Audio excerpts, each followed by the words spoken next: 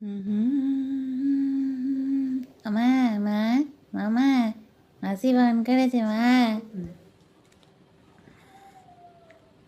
Hello, কিরে কেমন আছিস? বাবা, বিয়ে বাড়ি পাসনি তো কি হয়েছে? আমার তো এমন করছে, আমার তো বিয়ে বাড়ি এলে যেতে ইচ্ছা করে না। আমার একদমই বিয়ে বাড়ি যেতে ইচ্ছা করে না। দূর, আমার ওইসব ভালোই লাগে না। আমি তো যাইও না বিয়ে বাড়ি এলে, একদম যাই না।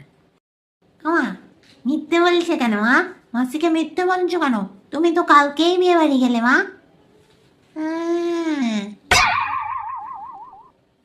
হ্যাঁ হ্যাঁ হ্যাঁ রে, ওই দেখ না। হ্যাঁ হ্যাঁ, কালকে ওই মেয়েটা এত জোর করলো না, আমার তো একদমই ভালো লাগে না বিয়ে বাড়ি যেতে। কেন জানিস, ওই বিয়ে বাড়ির খাওয়াগুলো তো আমি একদম হজম করতে পারি না। ওর জন্য আমি বিয়ে বাড়িতে যেতে চাই না। ও নিয়ে গেল জোর করে, কি করবো? আমার তো একদমই ভালো লাগে না। মিথ্যে বলছে কেন মা? তুমি তো ওখানে সব খেয়েছো। আর সুস্মিতার মাকে বললে না যে একটা পার্সেল দে, ভালো করে ভিড়ের মধ্যে খেতে পারিনি, আমি বাড়ি গিয়ে খাবো, বললে না একটা পার্সেল নিয়ে এলে না। আরে এবারে পার্সেল, হ্যাঁ একটা পার্সেল এনেছি বটে। ওটা কী বলতো, মেয়েটাকে গরম করে দেবে, মানে রোজ দিন না ভালোই লাগে না রে। একদম রোজ দিন ঠান্ডার মধ্যে রান্না করতে একদম ভালো লাগে না। আর কালকে জানিস তো আমি তো কী খেলাম, ওই হাফ একটা কচুরি দিয়েছিল, কচুরি আলুর দম, হাফ কচুরি খেয়েছি।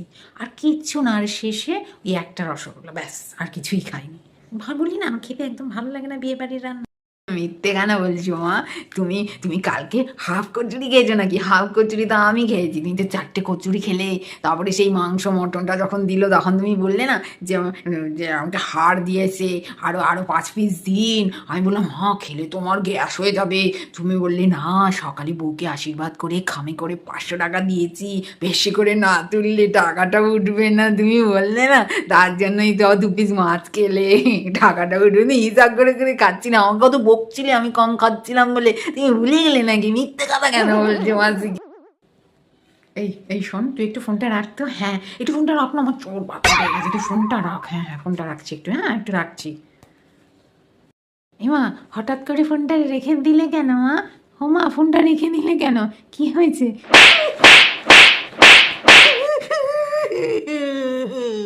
নিজেই বলে সদা সত্যি কথা বলবি, সদা সত্যি।